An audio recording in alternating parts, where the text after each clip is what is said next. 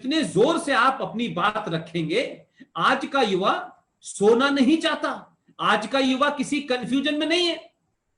आज के युवा के दिमाग से इस सेकुलरिज्म का बुखार हट गया है, लिबरलिज्म का बुखार हट रहा है, और वो इसलिए हट रहा है कि आप जैसे लोग, स्वामी जो हमारे साथ हैं नरसिंहा जी, और जो हमारी बहन है, ये तमाम सारे लोगों ने कुछ सोच करके ये चोगा पहना है, कुछ सोच करके यहां आए हैं। इनमें से किसी को अपना मठ नहीं बनाना, करोड़ों अनुयायी नहीं बनाने, उसमें एक्सप्लॉयटेशन नहीं करना, इनको कोई सत्ता का खेल नहीं खेलना। बड़े बड़े महंत हैं, बड़े बड़े साधु हैं, बड़े बड़े मठ हैं और तमाम लोग हैं, लेकिन क्या मजाल है कि 90 करोड़ हिंदू इस देश में मेजॉरिटी होकर के धूल चाट रहा है, और कुछ लोग 20-25 करोड़ लोग उन्हें दिन में धमका रहे हैं। सत्ता आपकी, व्यवस्था आपकी, पुलिस आपकी, सेना आपकी, सरकार आपकी, न्यायपालिका आपकी, और आप सब जगह न्याय से चलना चाहते हैं, कानून से चलना चाहते हैं, संविधान से चलना चाहते हैं। उसके बाद भी जुगनू सूरज को डरा रहा है। और हम ये सनातन समाज के लोग, उनसे मैं एक ही बात कहना चाहता हूं, आपकी राजनीतिक प्रतिबद्धता किसके साथ है ये मेरे लिए महत्वपूर्ण नहीं है। मैं सिर्फ एक बात कहता हूं, हिजड़ों की बारात में जाने से अच्छा है किसी बहादुर के जनाजे में जरूर जाएं। ये जो दौड़ हो गई है कि हमें सब कुछ सत्ता से चाहिए, इसलिए हम अपने मूल प्रश्नों पर नहीं आ रहे, जो जड़ है उसको नहीं बचा रहे। हम पत्तों पे पानी लगा करके आगे बढ़ना चाहते हैं। और यह भी सच है कि परिस्थितियां, आज सत्ता में कोई भी बैठेगा, परिस्थितियां ऐसी नहीं है कि आप एक ही दिन में सब कुछ बदल देंगे। और जैसे जैसे आप संविधान को स्थापित करेंगे, इस देश के कानून को स्थापित करेंगे, तो वही होगा जो आज इस देश में हो रहा है। वो शाहीन बाग पे भी आएंगे, वो दिल्ली में दंगा भी करेंगे, वो बंगलौर में भी मकान लूटेंगे, वो मलियाना करेंगे, मेरठ करेंगे, आजमगढ़ करेंगे, सहारनपुर करेंगे, मुरादाबाद करेंगे, अलीगढ़ करेंगे, वो सब कुछ करेंगे। क्योंकि आप उनकी 70 साल पुरानी जो झूठ और मक्कारी और फरेब के ऊपर एक मजहबी जिहादी सोच के साथ जो आपने उनको सत्ता में बैठा रखा है, जो आपने सत्ता में रहते हुए एक पैरेलल सत्ता खड़ी कर दी है, एक आदर्श न दिखने वाली सत्ता उनको दे दी है, उसको जब आप उनसे वापस लेंगे तो क्या आपको लगता है कि वो आपको लेने देंगे? इसलिए धारा 370 और 35 पे हटी तो सिर्फ भारत का मक्कार मुसलमान ही इसके खिलाफ नहीं बोला।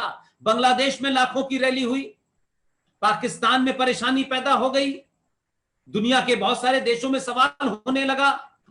और आपके देश में 3-4 नवंबर को चुनाव है, आपके देश में भी वहां पाकिस्तानी मक्कार मुसलमान हो या भारत का मक्कार मुसलमान हो, वो भी वोट इस बुनियाद पे दे रहा है कि कौन आदमी है जो कश्मीर पे मुसलमानों का और जिहादियों के रुख का समर्थन करेगा, कौन है जो इस्लाम जो पूरी दुनिया में कत्लो गारत कर रहा है, हिंसा फैला रहा है, कन्वर्जन कर रहा है, लूट रहा है, बलात्कार कर रहा है। वहां भी आपके देश में एक प्रेसिडेंट का कैंडिडेट ये कहता है Islam is the religion of piece,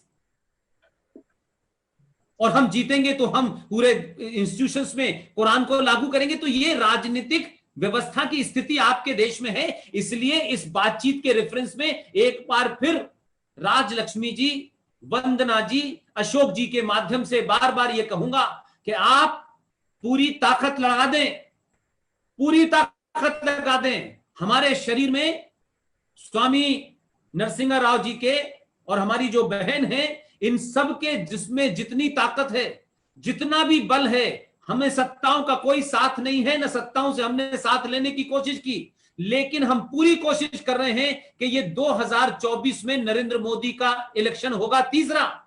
लेकिन हम भारतवंशी आज ये कह रहे हैं, मैं खुद कह रहा हूं, मुझसे हजारों लोगों ने ये कहा है कि जब जब यूएस के लोगों से बात करो, इस बात को उनको बोध कराओ, उनके अंदर जात के नाम पे, इलाके के नाम पे, विचारधारा के नाम पे उनको नहीं बंटना है। इसलिए मैंने कहा कि हम किसी कीमत पर 3 नवंबर को आपके देश में जो चुनाव होने वाला है, हम चाहे तो हमको फोन करना पड़े, चाहे तो हमको लोगों को बोलना पड़े, हम ये मानते हैं कि 3 नवंबर को आप मोदी का चुनाव करने जा रहे हैं अपने देश में। अगर आपने मोदी का चुनाव किया अपने देश में तो हम मोदी को यहां तीसरी बार भी जिताएंगे, चौथी बार भी जिताएंगे। और अगर मोदी के रहते हुए 370 हटे, 35 पे हटे या और दूसरे काम हो, तो ऐसे ही काम जिन्हें 150 साल से किसी ने छूने की कोशिश नहीं की, ऐसे बहुत से काम हैं। उन कामों के लिए अमेरिका में डोनाल्ड ट्रंप का भारी मतों से जीतना हमारे लिए जरूरी है। हम थोड़ी देर के लिए भारतवंशी होकर सोचें कि उसके जीतने से भारत को क्या ताकत मिलेगी। आज दुनिया के अंदर जो ताकतें हैं, वो बिडेन को कौन ताकतें जिता रही हैं? आप कोशिश करें कि इंग्लैंड के चुनाव में लेबर पार्टी को कौन लोग वोट देने जा रहे थे, वो ताकतें भारत के खिलाफ हैं। लेकिन अमेरिका में भी जहां उनको मौका मिलेगा वहां भी वो कोशिश कर रही हैं। लेकिन जो जागरूक हैं, मेरी पूरी इस बात पे भरोसा है और यकीन है कि आप जैसे लोग, मां राजलक्ष्मी जैसे लोग, आप लोग अपनी ताकत का इस्तेमाल कीजिए। आप दिन रात एक कर दीजिए। आप मानिए कि ये मोदी का इलेक्शन है और ट्रंप जीतेगा तो भारत में जो अभी बहुत बड़े बड़ी चीजें आनी हैं वो ठीक होंगी। अब मैं इस विषय पे लौटता हूं। संविधान बन गया, संविधान से देश चलने लगा। हमने संविधान पे सवाल नहीं उठाया, बड़े सारी चीजें हैं उस पे सवाल उठा सकते थे, लेकिन इस देश में झूठ और मक्कारी का एक सेकुलरिज्म चला। लेकिन जो बात पब्लिक डोमेन में थी उसको 1976 में रात के अंधेरे में जब भारत के तमाम सारे नेता जेल में थे, तो एक नेता ने अपने स्वार्थों के लिए भारत के प्रियम्बल में, जबकि प्रियम्बल में बदलाव नहीं हो सकता, संविधान के अंदर संशोधन हो सकते हैं, प्रियम्बल में बदलाव नहीं हो सकता, लेकिन राजनीतिक स्वार्थों के चलते आपने भारत के प्रियम्बल के अंदर सोशलिज्म और सेकुलरिज्म का शब्द ले आए। मेरा सवाल यहां से आगे है। मैं फिर भी ये कहता हूं कि चलिए मान लिया कि आप सोशल और सेकुलरिज्म का शब्द ले आए, तो जब भारत 1976 को सेकुलर हो गया था और हम सब ने मान भी लिया था कि जैसा भी है सेकुलर हो गया, चलिए आप ही की बात मान लेते हैं, लेकिन जब सेकुलर किया तब कांग्रेस सरकार थी। तो जब कांग्रेस सरकार ने सेकुलरिज्म किया तो फिर कम से कम उस झूठे मक्कार सेकुलरिज्म को कम से कम उसी को मानते। अशोक जी, इस सेकुलरिज्म ने क्या किया? 76 में आपने सेकुलर शब्द डाला, चलिए हम यहां तक भी मान लेते हैं, लेकिन 1993 में ये सारी बातें तथ्यात्मक हैं, इसमें कुछ भी रिटोरिक्स नहीं है, इसमें सिर्फ भावनाएं नहीं है। 1993 में जिन मुसलमानों ने दिल्ली के अंदर 1984 में मोहतरमा श्रीमती इंदिरा गांधी की हत्या के बाद सिखों से बदला लेने के लिए 3 मूर्ति में मीटिंग हुई और उनके साहबजादे ने इस मीटिंग को प्रिसाइड किया और तय किया कि सरदारों को सिख को उनको सबक सिखाना है। तो गुंडे कहां से आएंगे?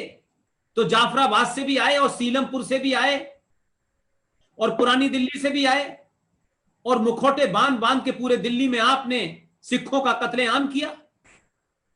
और जब यह काम हो गया और इंदिरा गांधी एक महान नेता बन गई और उनकी लाश पे जब चुनाव हुआ तो कांग्रेस पार्टी को 545 में से 412 सीटें मिल गई।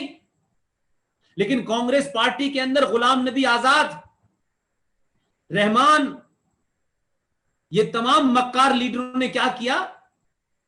1993 आते भी जब पीवी नरसिम्हा राव थे तो आप सबको पता है कि इस देश की सामूहिक सनातनी चेतना ने 1527-28 में अयोध्या में जो भगवान मर्यादा पुरुषोत्तम राम के मंदिर को तोड़ करके एक नाजायज, एक हवस की शिकार सोच और एक लुटेरे ने वहां एक मस्जिद बनवाई। उस मस्जिद को 6 दिसंबर 1992 को हिंदू समाज, सनातन समाज की एक सामूहिक चेतना ने धर्म भरम कर दिया, तोड़ के समाप्त कर दिया।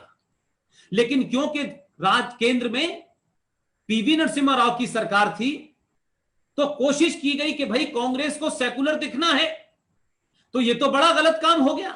तो सबसे पहले 2 काम हुए कि देश के सबसे बड़े अनपढ़ जाहिल मदरसे में पढ़ने वाला, जो ना किसी कॉलेज में गया ना किसी यूनिवर्सिटी में गया, कोई उसने अखबार निकाल लिया। कुछ लोग कहते हैं अखबार निकालना पढ़े लिखों का काम होता है, ये हम देख रहे हैं कि आज अखबार कौन निकाल रहा है।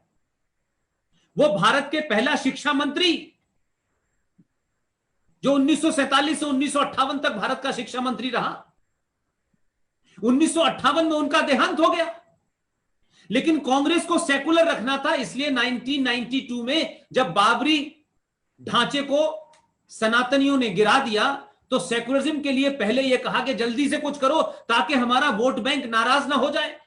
तो सबसे पहले तो मौलाना अबुल कलाम आजाद को भारत रत्न दे दिया गया। इस देश में स्वतंत्र वीर सावरकर को आज तक नहीं मिला, आज तक उनको नहीं मिला भारत रत्न। लेकिन मदर टेरेसा को मिल गया, जो कन्वर्जन की सबसे बड़ी सिंबल थी। यह त्रासदी है। लेकिन फौरन यह कहा गया कि उन्हें आप भारत रत्न दे दे, भारत रत्न भी दे दिया गया। लेकिन फिर मुसलमानों ने ऑब्जेक्शन उठाया कि देखिए इससे मुसलमानों को क्या फायदा होगा, मुसलमानों के लिए कुछ करना है तो सच में कुछ करिए। और आनन फानन में without any research, without any logic, unconstitutional, one sided एक अनाउंसमेंट हो गया भारत के अंदर। रातों रात नोटिफिकेशन हो गया कि भारत में अल्पसंख्यक आयोग बनेगा।